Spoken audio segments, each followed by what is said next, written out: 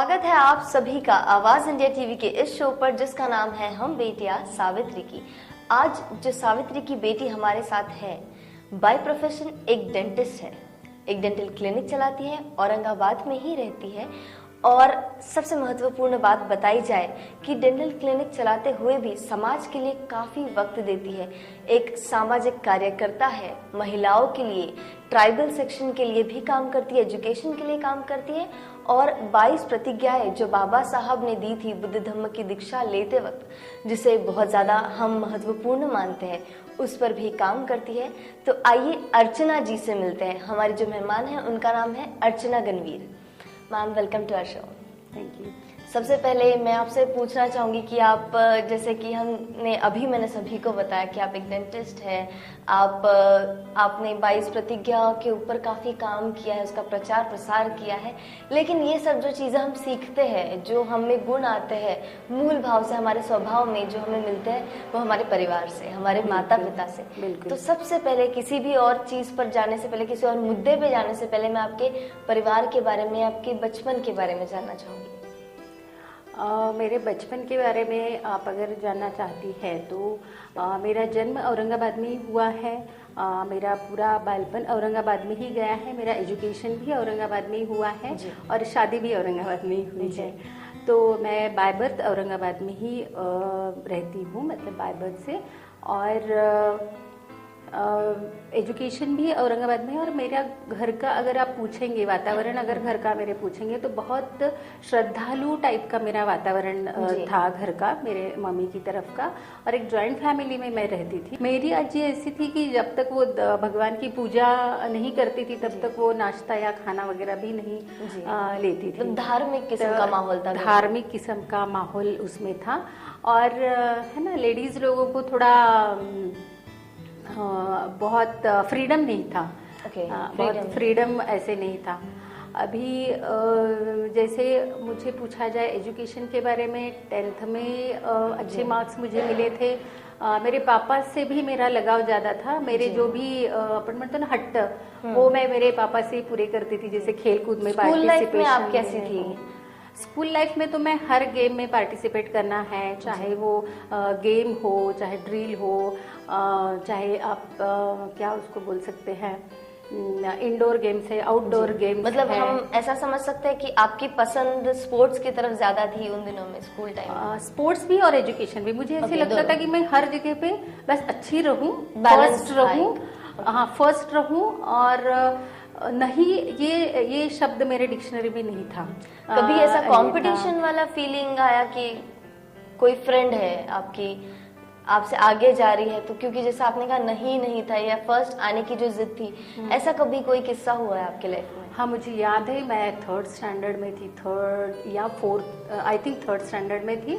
तो मेरा school change किया था और वो स्कूल 1st स्टैंडर्ड से था और मैं 3rd स्टैंडर्ड में वहाँ पर एडमिशन लिया था। और मेरे स्कूल का फर्स्ट डे था, मैथ्स का पीरियड चालू था और एक सम दिया था हमें करने के लिए टीचर ने। और वहाँ पे ऑलरेडी पहले से जो स्टूडेंट्स थे उसमें का एक लड़का था जो कि मॉनिटर था और वो भी अच्छा ही था, मतलब काफ़ी इंटेलिजेंट था। तो मेरा सम हो गया और मैं टीचर के पास गई दिखाने के लिए और वो लड़का भी वहाँ से आया। तो मैंने पहले बुक मेरी दिखाई टीचर को, तो टीचर ने थोड़ा बाजू में कर दिया और उसका पहले देखा, क्योंकि वो वही स्कूल का था पहले से और उनको जानता पहचानता था, तो इसलिए उन्होंने जानबूझ के किया ऐसा नहीं है, लेकिन वो हो गया होगा। लेकिन मुझे वो बहुत हर्ट हुआ था।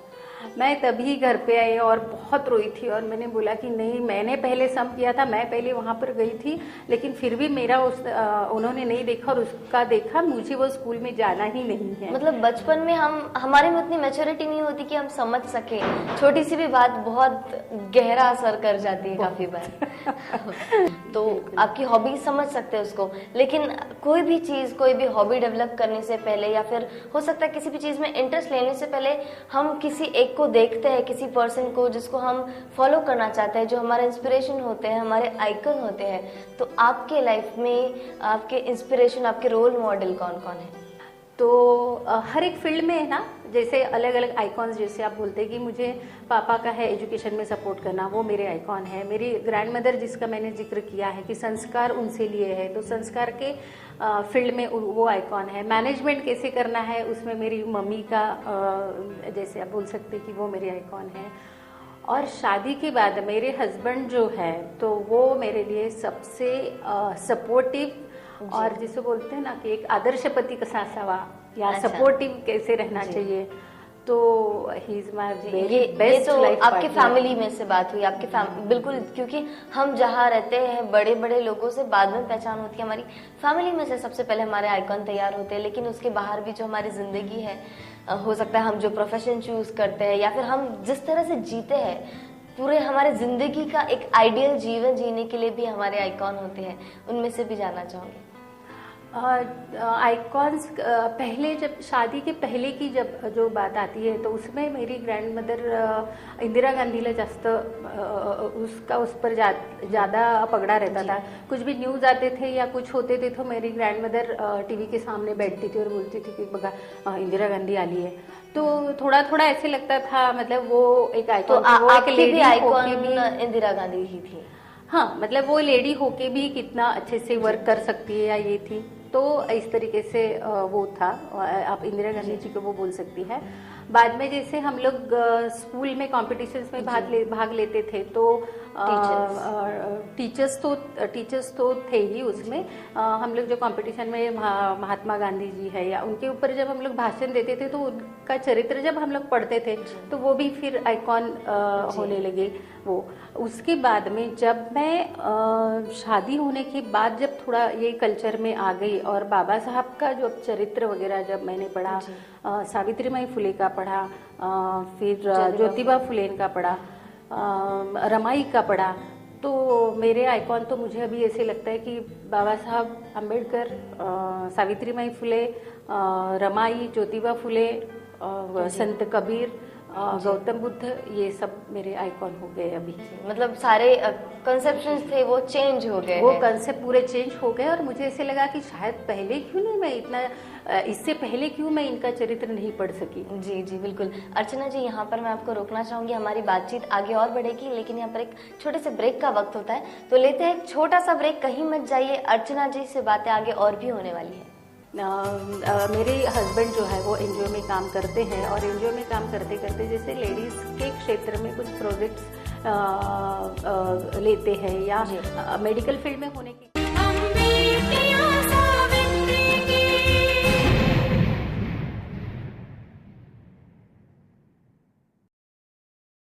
ब्रेक के बाद फिर एक बार स्वागत है आप सभी का। आप देख रहे कार्यक्रम हम बेटियां सावित्री की। हमारे साथ है अर्चना गणवीर जी। अर्चना जी, फिर एक बार वेलकम करना चाहूंगी आपको। जैसे हम बातचीत कर रहे थे, सबसे पहले तो मैंने आपका इंट्रोडक्शन दिया था, तब बताया था कि आप एक डेंटिस्ट है। सोशल फील्ड के बारे में बात करेंगे, लेकिन सबसे पहले चाहूंगी मैं कि ये डेंटिस्ट बनना है, ये आपने सोचा कैसे, इस फील्ड को चूज क्यों किया आपने? मैं आपको बताऊं कि पहले जब तक मैं डेंटल में एडमिशन मेरा हुआ नहीं था तब तक मुझे पता नहीं था कि डेंटल भी एक फील्ड होती है। बस मुझे ये था कि मुझे पढ़ाई करनी है। जैसे मैंने पहले बताया, 10th का पढ़ाई मैंने कर ली, 10th अच्छे मार्क्स से पास कर लिया, फिर 12th अच्छे मार्क्स से पास कर लिया, फिर मेरा एडमिशन हुआ इंजीनियरिंग कॉलेज को, गवर्नमेंट इंजीनियरिंग को। और तभी मेरा एडमिशन BAMS को भी हुआ था, लेकिन लड़कियों को बाहर भेजना नहीं, जैसे मैंने पहले बताया कि घर का वातावरण कैसा था, तो घर की लड़कियों को बाहर भेजना नहीं है एजुकेशन के लिए, तो इस वजह से मेरा वो BAMS का कैंसिल हो गया। फिर औरंगाबाद में इंजीनियरिंग कॉलेज को एडमिशन ले लिया, वो किया। उसके बाद मेरा इंटरव्यू हुआ डेंटल के लिए। और लड़कियों के लिए डॉक्टर फील्ड ये बहुत अच्छा है, इंजीनियरिंग फील्ड लड़कों के लिए है, मतलब वो टाइप का जो नेचर था घर का और घर के लोगों का जो विचार था, तो उस वजह से फिर मुझे डेंटल में एडमिशन लेना पड़ा। कितने वर्षों से आप इस फील्ड में अभी कार्य कर रही हैं? सिंस 96 को मैंने क्लिनिक ओपन किया था और तभी से मैं as a dental practitioner practice कर रही हूँ। क्या इसकी स्टडी जो बाकी जो डॉक्टरी पढ़ते हैं उससे कुछ अलग होती है, या उससे मोर डिफिकल्ट या लेस डिफिकल्ट, ऐसा कुछ जज कर सकते हैं इसे? ऐसे तो जज नहीं कर सकते, ये तो सेम मेडिकल फील्ड ही आती है। सिर्फ इसमें होता है कि डेंटल स्पेशलिटी रहती है। इसका कॉलेज भी अलग है गवर्नमेंट डेंटल का और गवर्नमेंट मेडिकल का अलग है। यहाँ पे हमको पहले 3 साल जो है मेडिकल के कुछ सब्जेक्ट्स पढ़ाए जाते हैं और डेंटल का स्पेशलिटी इसमें होता है सब। तो ये तो रही आपके प्रोफेशन की बात, लेकिन हम जानते हैं जैसे कि आप अपना मेजॉरिटी पोर्शन आप अपने समय जो है, अपने लाइफ का मेजॉरिटी पोर्शन आप समाज के लिए समर्पित करती है, समाज के लिए कार्य करती है, महिलाओं के लिए करती है। तो ये आपके लाइफ में ये इसको इम्पोर्टेंस देना हुआ कैसे? आपने कैसे सोचा कि चलिए ये तो मेरा प्रोफेशन है, मैं क्लिनिक तो संभालती हूँ लेकिन समाज के लिए कुछ करना है, ये थॉट आपको कैसे आया? इसकी शुरुआत जैसे मैं बोल रही हूँ कि शायद बचपन से ही मेरे मन में हुई होगी कि लेडीज़ को इम्पोर्टेंस देना है या लेडीज़ के कुछ प्रॉब्लम्स होते हैं कि जो हम लोग डिस्कस नहीं करते हैं या वो एक समाज के सामने नहीं आते हैं। हमेशा लेडीज़ को कैसे दुय्यम महत्व दिया जाता है या जो भी है। तो पहले से मेरे मन में ये था कि नहीं, हम तो बराबर है, मतलब लड़की और लड़का बराबर है। तो शायद तभी से मेरे मन में आया होगा कि नहीं नहीं, हमें तो इनके लिए काम करना है। जैसे टीवी पर सीरियल्स अभी भी आती है और तब भी आती थी। एक सीरियल में ऐसा था कि वो बहू को उसका हस्बैंड और उसकी सास थी तो काफी उसको टॉर्चर करते थे और ये करते थे। तब से मेरे मन में था कि नहीं, ये तो नहीं होना चाहिए, ऐसे नहीं होना चाहिए। शायद तब से आया हो। और उसके बाद में जैसे कि शादी हो गई और मेरे हस्बैंड जो है वो एनजीओ में काम करते हैं और एनजीओ में काम करते करते जैसे लेडीज़ के क्षेत्र में कुछ प्रोजेक्ट्स लेते हैं या मेडिकल फील्ड में होने के कारण महिला जागृति जो थी वो करने में मुझे ज़्यादा इंटरेस्ट था।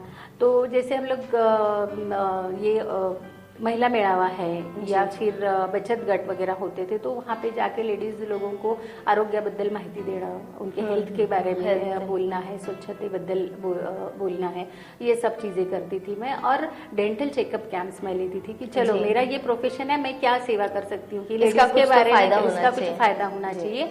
तो डेंटल चेकअप कैंप लेना है। फिर मेरी जो भी फ्रेंड्स थी, फ्रेंड्स को साथ में लेके फिर हेल्थ चेकअप कैंप चालू कर दिए। तो इस तरीके से धीरे धीरे धीरे इसमें मैं शुरुआत आपने अपने प्रोफेशन के हिसाब से की। बिल्कुल बिल्कुल बिल्कुल जी। मुझे एक बात आपसे जाननी है, जैसे आपने बताया था कि आपके इंस्पिरेशन, आपके आइकन्स किस तरह से चेंज हुए। बिल्कुल। तो बाबा साहब, बुद्ध, फूले शाहू अम्बेडकर, ये जब आपके आइकॉन बने तो जैसा आपने पहले भी बताया कि आपकी फैमिली जो है काफी धार्मिक और श्रद्धालु थे। पर जहाँ इन लोगों की बातें आती है वहाँ पे धर्म और श्रद्धालु, धार्मिक होना, ये चीजों से काफी अलग हटके हैं इनके जो कॉन्सेप्ट्स है। बिल्कुल। तो आपने किस तरह से फिर मैच किया? ये बहुत लंबी स्टोरी है, वैसे देखा जाए तो पता नहीं इस इंटरव्यू में कंप्लीट होगा या नहीं होगा। लेकिन ऐसा हुआ कि एक सिद्धार्थ मित्र मंडल जो एक मंडल था जिसके हम लोग सभासद थे, तो वहाँ हर महीने में पूर्णिमा का कार्यक्रम होता है, अभी भी होता है। तो उस कार्यक्रम में अरविंद सोनटक्के सर जो है उनका बाबा साहब का जो 22 प्रतिज्ञा बाबा साहब ने जो दी है, तो वो अभियान पे वो काम करते हैं, मतलब उन्होंने शुरू किया है वो अभियान। तो उसके ऊपर उनका भाषण मेरे हस्बैंड ने सुना था और वो काफ़ी इम्प्रेस हो गए। फिर घर पे आके मुझे बोला कि ऐसा ऐसा हुआ है और बहुत अच्छा उन्होंने बताया है, उनके जो विचार है वो। तो मेरे हस्बैंड उसके प्रचारक हो गए और वो उसमें काम करने लगे। वो इतने इन्वॉल्व हो गए कि उनका धीरे धीरे घर पे ध्यान कम हो गया देना। तो मेरा कंप्लेंट चालू हो गया कि क्या घर पे बिल्कुल भी ध्यान नहीं देते हैं और बस वहीं पे वही अभियान पे ही काम कर रहे हो, इस तरीके से। और फिर उनकी जो वाइफ थी नीता, मेरी काफ़ी अच्छी बहन बोले तो भी चलेगा, मेरी बहन ही है वो। तो उससे मैंने बात की कि मेरे हस्बैंड तो काफ़ी उस पर ही टाइम दे रहे हैं बाबा साहब के मतलब अभियान पे, और घर पे बिल्कुल भी टाइम नहीं दे रहे हैं। तो थोड़ा मैं जिसको बोलते कंप्लेंट कर रही थी। फिर एक दिन मैंने इसे सोचा कि क्या है वो, मैं भी देखूँ ना, वो इतना आपको भी इंटरेस्ट आने लगा कि ऐसा क्या है जिसकी वजह से समय नहीं दे पा रहे हैं। तो फिर मैंने वो देखा और वो पढ़ा मैंने। जब बाबा साहब की वो 22 प्रतिज्ञा मैंने पढ़ी, जो पत्रक जो निकालते थे वो मैंने पढ़ा, तब मुझे बिल्कुल चक्कर से आने लगी। क्योंकि वहाँ पर लिखा था उन्होंने कि भगवान ही नहीं है, भगवान को नहीं मानना है। तो मुझे बिल्कुल चक्कर आने लगा रही हूँ और क्या देख रही हूँ, क्या पढ़ रही हूँ, जो पढ़ रही हूँ उस पर भी मेरा विश्वास नहीं बैठ रहा था। और तुरंत भाग के मैं गई और भगवान को अगरबत्ती लगा ली, दो अगरबत्ती लगाई, एक मेरी तरफ से और मेरे हस्बैंड की तरफ से। कि हाँ भगवान मुझे माफ कर देना और मेरे हस्बैंड को भी माफ कर देना कि ये तो बाबा साहब और ये जो विचार है ये तो आपको ही नकार रहे हैं, तो भगवान ही नहीं है। इस तरीके से वो हो गया। फिर जब जब भी मीटिंग्स होते थे हमारे घर पे, तब तब भी मैं भगवान से माफ़ी मांगती थी कि नहीं भाई हमें माफ़ कर दो, कुछ तो गड़बड़ हो रही है या ये हो रहा है। तो आपको गिल्ट हो रहा था, एक बहुत ही रिग्रेट फील कर रहे थे आप? हाँ, वही फील होता, क्योंकि कैसे था कि जन्म से हिंदू संस्कृति का पगड़ा जब जिसके ऊपर होता है या भगवान का होता है, और जो संस्कार ऐसे है कि जब तक भगवान की पूजा नहीं करते हैं खाना नहीं खाएंगे, और अगर वो विचार में जब पले बड़े होते हैं और जब आपको बोलते कि नहीं भगवान ही नहीं है और मानना नहीं है, तो क्या होता होगा वो आप भी समझ सकते हैं कि हिंदू संस्कृति और बौद्ध संस्कृति उनका बिल्कुल क्या बोलते हैं ना, मेल नहीं है, कहीं पर नहीं मेल है कि एक है तो भगवान के ऊपर डिपेंड है और दूसरा विचार है कि भगवान ही नहीं है, इसके ऊपर था। तो काफ़ी ऐसे होने लगा। उसके बाद चर्चा होने लगी, फिर मैंने सोचा कि नहीं चलो मैं भी पढ़ती हूँ ये सब, और ये जो विचार दिए हैं, मतलब आपको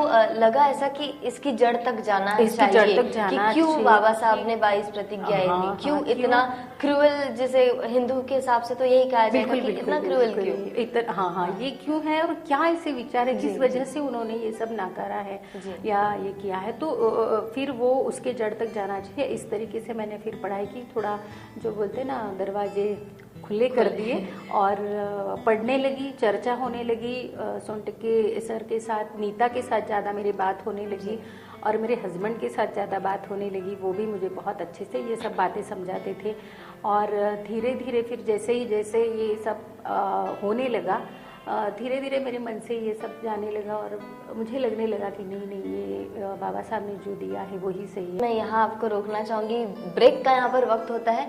बहुत ही इंटरेस्टिंग स्टोरी हम सुन रहे हैं, जो कि स्टोरी नहीं बल्कि एक सच है। ऐसा काफ़ी लोगों के साथ होता है, और जब विचार बाबा साहब के हमारे दिमाग में जाते हैं तो परिवर्तन अपने आप हो जाता है। जो हम पहले मानते हैं वो बहुत हद तक बदलाव भी हो जाता है। इसी बात पे आगे चर्चा और भी जारी रहेगी। यहाँ पर लेते एक छोटा सा ब्रेक। आणि अत्तदीप भव, ये जो विचारधारा है, ये विचारधारा ही आखिर में यशस्वी हो गई, और इसका रूपांतर ऐसे हो गया कि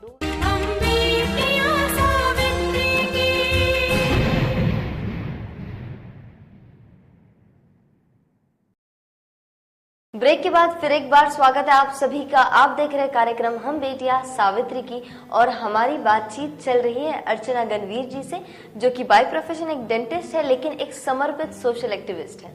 मैम, फिर एक बार स्वागत है आपका शो पर। मैं जानना चाहूंगी आपके बारे में, जैसे आपने बताया था अभी कि किस तरह से आपके मन की स्थिति बदलने की ओर चल रही थी और बौद्ध धर्म की ओर बढ़ रही थी, तो फाइनली दीक्षा किस तरह से हुई? हाँ, तो जैसे हम लोग नागपुर से वापस आ गए औरंगाबाद, तो वहाँ पे जैसे फर्स्ट टाइम मेरा हाथ मतलब काँप रहा था, वो गन्ना दौरा काँपने के लिए वो आदमी का। वैसे ही यहाँ पर आने के बाद मुझे भगवान को, जो मैं रोज अगरबत्ती लगाती थी, तो अगरबत्ती लगाने के टाइम पे हाथ काँप रहा था, तो मैंने उस दिन से छोड़ दिया था। 15 दिन हो गए, फिर मैं नीता ताई के पास गई। नीता को मैंने बोला कि नीता मुझे ना अभी वो अगरबत्ती लगाने का मन भी नहीं हो रहा है, और वो जो फोटो पे धूल जमा हो गई वो झटकने का भी मन नहीं हो रहा है।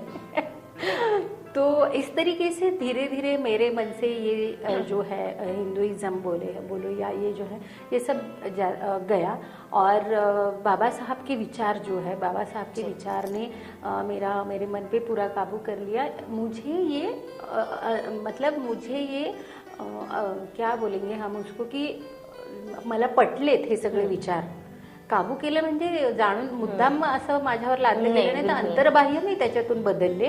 आणि अत्तदीप भव, ये जो विचारधारा है, ये विचारधारा ही आखिर में यशस्वी हो गई, और इसका रूपांतर ऐसे हो गया कि 2004 में औरंगाबाद में सबसे पहला और सबसे बड़ा ऐतिहासिक 22 प्रतिज्ञा अभियान अधिवेशन हुआ था, और ये अधिवेशन में बंटी सुरई ससाई जो थे उनके उपस्थिति में 25,000 लोगों के सामने मैंने बौद्ध धम्म की दीक्षा ली। जी, बहुत अच्छी है। और उसके बाद मुझे लगा की अभी माझ्या आयुष्याच्या वाटा सगळ्या स्पष्ट झाल्या। और ये एक प्रेरणा ऐसी भी देती है कि जैसे बाबा साहब ने अपना जीवन समाज के लिए जिया है, तो अपने को भी एक प्रेरणा मिल जाती है कि जब हम बाबा साहब को फॉलो कर रहे हैं, समझ गए हैं, तो अपने आप हमारे पैर उस तरफ मुड़ते हैं कि जहाँ समाज के लिए कुछ करना है। और जैसे कि आप करती है, तो मैं वही मेरा प्रश्न है अगला, कि आप महिलाओं के लिए जो कार्य करती है, ट्राइबल्स के लिए एजुकेशन पे भी काम करती है, तो उसके बारे में मैं जानना चाहूँगी। आपने शुरुआत कब की, हाँ, किस तरह से की? ये बताने के पहले मैं थोड़ा सा ये बता दूं कि जैसे मेरे में परिवर्तन हो गया और मैंने बुद्ध धम्म की दीक्षा ली, तभी से मैंने ये सोच लिया कि मुझे ये जो बाबा साहब के विचार मालूम हुए हैं या जिसकी वजह से मैं इतनी अंतर्बाह्य बदल चुकी हूँ, तो यही विचार मेरे और लोगों को देना ज़रूरी है। इसलिए तब से मैंने 22 प्रतिज्ञा अभियान की मुख्य प्रचारिका बोल के काम किया है और पूरे महाराष्ट्र में मैं जाती हूँ और इसके बारे में बात करती हूँ या भाषण करती हूँ, जो भी आप बोलिए, बाबा साहब के व्याख्यान देती हूँ, बाबा साहब के विचार बताती हूँ कि मुझे जो समझ में, मैं एक ओबीसी होके या हिंदू होके जो मुझे इतने विचार अच्छे लगे और मैं अंतर्बाह्य चेंज हो गई, तो अदर लोगों के पास जाके अगर मैं ये बताऊँ तो वो लोग भी चेंज हो गए, क्योंकि बाबा साहब ने कुछ एक कम्युनिटी के लिए ये काम नहीं किया। और ये जो विचार प्लस आपके पास ये एक्सपीरियंस है कि आप में जो चेंज आया, ये सबसे बड़ा एक्सपीरियंस है, अनुभव है। और ये विचार जो है पूरे विज्ञान पे आधारित है, ये कुछ भी अंधश्रद्धा इसमें नहीं है। तो हर एक ये विचार हर एक आदमी एक्सेप्ट कर सकता है। जब आप महिलाओं के लिए काम करती है तो डेफिनेटली ये चीजें भी उनको आप बताती हो? उनको बिल्कुल बिल्कुल ये चीज़ें मैं बताती हूँ, क्योंकि महिलाओं के लिए काम तो सावित्रीबाई फुले ने किया है और माता रमाई ने भी बाबा साहब को इतना सपोर्ट किया है, क्योंकि उनके सपोर्ट के बगैर तो वो इतना काम नहीं कर सकते। तो इन लोगों का जो हमें वारसा मिला है, जैसे सावित्रीबाई फुले ने जो लेडीज़ के लिए काम किया है, महिलाओं के लिए काम किया है, तो हम लोग क्यों ना उनके लिए कुछ काम करें। तो और एक बात की, ये इसके पहले से मेरे हस्बैंड जो है एनजीओ में काम करते थे, तो जैसे मैंने आपको बताया कि डेंटल का अवेयरनेस है, आरोग्य हेल्थ का अवेयरनेस है, ये अवेयरनेस धीरे धीरे महिलाओं के बीच में जाके मैं देती रही। और इस तरीके से फिर महिलाओं की प्रॉब्लम्स क्या है, उनको क्यों ज़रूरत है, मेरे पास आके उनको ऐसे लगता था कि चलो इनके पास जाके मैं कुछ मेरे मन की बातें बोल सकती हूँ या ये कर सकती हूँ, उससे कुछ सॉल्यूशन मिलेगा हमें। तो ऐसे हम लोग फील्ड में और भी जुड़ते गए एक दूसरे के साथ, और इस तरीके से फिर ये फील्ड में मैं काम करने लगी। जी, तो इस तरह से शुरुआत आपकी हुई। बिल्कुल बिल्कुल। और ट्राइबल्स के लिए, जो छोटे बच्चों के लिए स्कूल्स है, वहाँ पर भी आप काफ़ी कार्य करती हैं, उस बारे में भी जानना चाहूँगी। हाँ, एक्चुअली एनजीओ में जो ज़्यादा काम होता है वो मेरे हस्बैंड की वजह से मैं इसमें आई हूँ। जैसे मैंने आपको एनजीओ का भी नाम जानना चाहूँगी। बोला है, एनजीओ में मैं काम करती हूँ उसका नाम है council for rural technology and research institute, और दूसरी है अर्पण शिक्षण संस्था। तो इसके अंडर कुछ अलग अलग प्रोजेक्ट्स होते हैं। जैसे ट्राइबल एरिया में एक स्कूल है और वहाँ पे उन लोगों, वो तो मराठी मीडियम की स्कूल है, लेकिन उन लोगों की डिमांड से की मॅडम आमच्याकडे एक लहान मुलांसाठी इंग्लिश मीडियमची शाळा चालू करा, तो उनकी डिमांड से हम लोगों ने वहाँ पे ट्राइबल बच्चों के लिए इंग्लिश मीडियम का स्कूल चालू किया है। उनको भी लगता है कि हम लोग भी कुछ सोशल प्रवाह में आ जाए, कि अभी सभी तरफ इंग्लिश मीडियम का इतना फैड है, तो हमारे बच्चों को भी कहीं पीछे ना आना चाहिए। हाँ, कहीं वो पीछे ना रह जाए हमारे बच्चे। तो फिर इसलिए हम लोगों ने वहाँ के बच्चों के लिए ये स्कूल चालू किया है। किस तरह का प्रतिसाद मिल रहा है वहाँ पर? हम कितने वर्ष हो गए? मैं अभी चालू किया, ये इस साल इंग्लिश मीडियम का चालू किया है। मराठी मीडियम का वहाँ 2013 और मराठी मीडियम का 10 तक वहाँ पे है सिंस 20 ईयर्स, 8, 9, 10 वो तो 20 ईयर्स से चालू है। इंग्लिश मीडियम का अभी चालू किया है, बहुत अच्छे से प्रतिसाद है उनका। और महिलाओं के लिए जो आपका काम चलता है, उनके सेफ्टी के लिए भी कुछ आप करती है, उस बारे में थोड़ा डिटेल में मैं जानना चाहूँगी कि किस प्रकार से काम है वो। औरंगाबाद में चलता है महिलाओं के लिए, और जालना में भी चलता है। जालना में फैमिली काउंसलिंग सेंटर है, औरंगाबाद में भी है counselling centre, family counselling centre है, स्वाधार हेल्पलाइन है, वुमेन स्वाधार हेल्पलाइन है। और औरंगाबाद में और एक प्रोजेक्ट की एज अ प्रोजेक्ट डायरेक्टर बोल के मैं काम करती हूँ। वहाँ पे शॉर्ट स्टे होम नाम का एक एक्टिविटी चलाया जाता है। उसमें जो भी निराधार महिला या डिस्ट्रेस वाली महिला है उनको आधार दिया जाता है, उनके रहने की व्यवस्था वहाँ पर की जाती है और काउंसलिंग किया जाता है। जी, ये काउंसलिंग, फैमिली काउंसलिंग सेंटर जो है वहाँ पे किस तरह से काम चलता है, किस विषयों को लेके काउंसलिंग होती है? मतलब आपके एक्सपीरियंस जो आए होंगे अब तक, उस हिसाब से जो एक्सपीरियंस रहे वो मैं जानना चाहूँगी। वहाँ पे फैमिली काउंसलिंग में ऐसे केसेस आते हैं कि जैसे फैमिली प्रॉब्लम्स है या ऐसे कुछ है, डोमेस्टिक वायलेंस के भी केसेस वहाँ पर आते हैं। तो कोई कोर्ट में जाने के लिए डरते हैं, बिल्कुल, या फिर कोर्ट में नहीं जा पाते हैं, तो यहाँ पे वो लोग आ सकते हैं और यहाँ पे उनको फ्री काउंसलिंग मिलता है। ज़्यादातर वहाँ यहाँ पे ये किया जाता है कि आप कोर्ट में जाने के पहले की स्टेज है, यहीं पे आपका काउंसलिंग होके पैचअप किया जाता है यहाँ पे। तो इस तरीके से काम यहाँ पे चलता है फैमिली काउंसलिंग में। इसके बाद बहुत ही महत्वपूर्ण बात आपने बताई थी, स्वाधार हेल्पलाइन। अभी जो महिलाओं की स्थिति है बिल्कुल सेफ नहीं है, तो क्या ये हेल्पलाइन उसी संदर्भ में मददगार साबित होती है? बिल्कुल बिल्कुल, ये जो हेल्पलाइन है आप फ़ोन पर भी अगर आपको लगता है कि मुझे कुछ मदद चाहिए और मैं फ़ोन पे भी पूछ सकती हूँ, तो ये फ़ोन भी कर सकते हैं और फ़ोन पे काउंसलिंग होती है। और मैं चाहूँगी कि आप दर्शकों को इस हेल्पलाइन के बारे में कुछ बताइए। इसमें जो है अगर किसी को लगता है कि मुझे कुछ बात करनी है और मैं सीधा ऑफिस में जाके बात नहीं कर सकती हूँ, तो आप फ़ोन पे भी बात कर सकते हैं और हमारे जो वहाँ पे काउंसलर्स होते हैं वो आपकी बात सुन लेंगे, आपका प्रॉब्लम क्या है वो सुन लेंगे और उस पर क्या सॉल्यूशन है वो आपको बता सकते हैं। हेल्पलाइन का फ़ोन नंबर भी मैं चाहूँगी कि आप दें मैम। हेल्पलाइन का नंबर है 2402371295। वक्त यहाँ पर अलविदा कहने का होता है, लेकिन चाहूंगी कि जाने से पहले कोई एक संदेश आप फिर एक बार हमारे दर्शकों के लिए दे, कोई एक संदेश जो आप चाहते हैं कि जाने से पहले सब तक पहुंच जाए, एक महत्वपूर्ण संदेश। इसमें जो है संदेश देना है,